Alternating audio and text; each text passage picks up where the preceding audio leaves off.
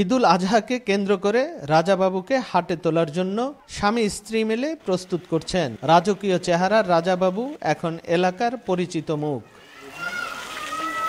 গত 2 বছর ধরে অস্ট্রেলিয়ান ফ্রিজিয়ান শাহিওয়াল জাতের এই গরুটিকে পরম যত্নে লালন পালন করেছেন আলামিন ও তার স্ত্রী, যার বর্তমান লাইভ ওয়েট 22 মণ।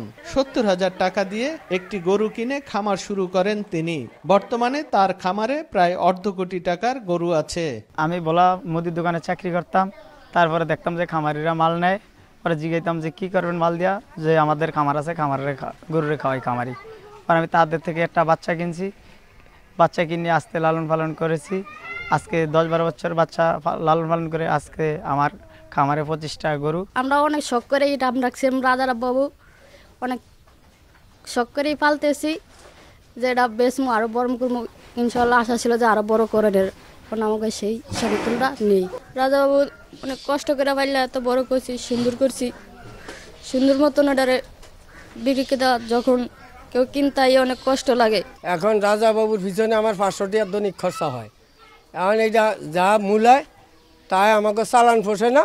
এখন উপযুক্ত দাম পাইলে আমরা গরুটা বিক্রি করি আলাইব, আমাকে টাকার প্রয়োজন। এদিকে প্রতিদিন রাজাবাবুকে দেখতে ভিড় করেন স্থানীয়রা এবং ক্রেতারা জানান অতিরিক্ত দাম হাঁকায় এখনো বিক্রি হচ্ছে না রাজাবাবু। পূর্ণ মূল্য পাচ্ছে না এবং যদি ওই পরিমাণ যদি ভালো বিক্রি করতে পারে তাহলে খুব লাভবান হবে। আমরা পার্শ্ববর্তী খামারি, আমরা চাই আলামিন রাজাবাবুর মতো আমাদের খামারের একটা ষাঁড় গরু হোক। প্রাণী সম্পদ বিভাগের পরামর্শেই আলামিন এই প্রাণীটিকে লালন পালন করেছেন বলে জানিয়েছেন জেলা অফিসার। লালন পালন ক্ষেত্রে প্রাণী সম্পদ বিভাগের কর্মরত কর্মকর্তা কর্মচারী যে কোনো যখন যে পরামর্শ আসছেন পরামর্শ দিয়েছেন এবং এখনো দিয়ে আসছেন। ভোলা সদর উপজেলার দক্ষিণ চরপাতা গ্রামের খামারি মোহাম্মদ আলামিন, যার খামারে এখন 25টি গরু আছে।